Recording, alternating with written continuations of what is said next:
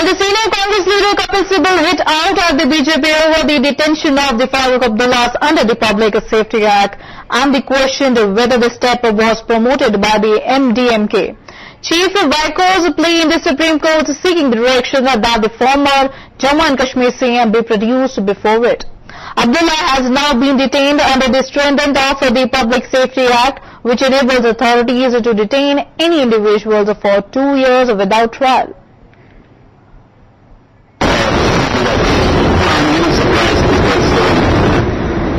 You see, the first thing that the government must do is to recognize where the problem lies.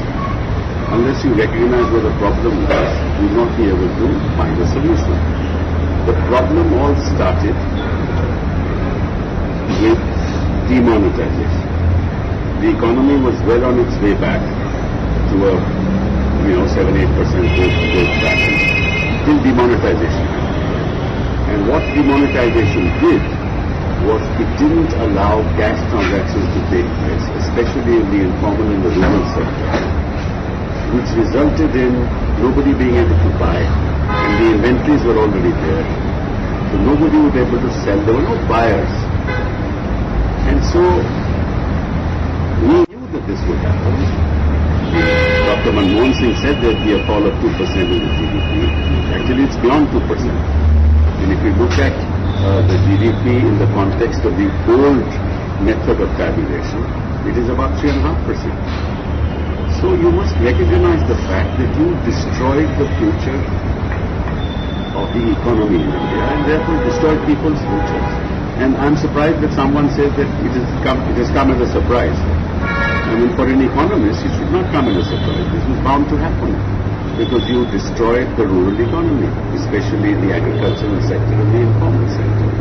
As far as the corporate sector was concerned, it continued okay till it realized that there was no demand from the rural sector, so therefore the corporate sector also got impacted.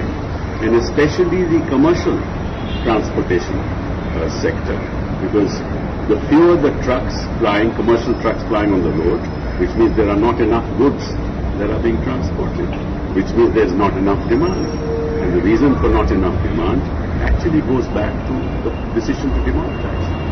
So Supreme Court has asked government to restore the normalcy in Jammu and Kashmir.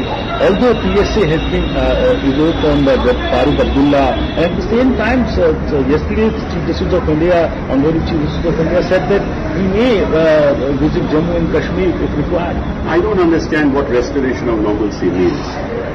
If you know that the BJP has been contended and publicly stating that everything in J&K is normal, that 92% of the people of Jammu Kashmir actually welcome the restructuring of 370. Right? If that's true and 2% of the people are with them, then there is normalcy.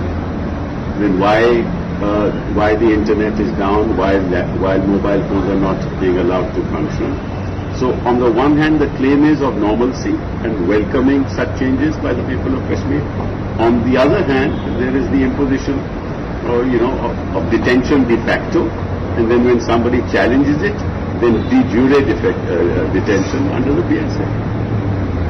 So last question is to United States, and on 22nd of September, there will be a joint meeting of Donald Trump and Prime Minister Modi. It will be an event of Howdy Modi. So how do you see this? It's wonderful. I mean, if it's Howdy Modi outside India, it should be Howdy Modi inside India also. Modi should go to the rural areas of this country and have an event like Howdy Modi, and the people of India will tell him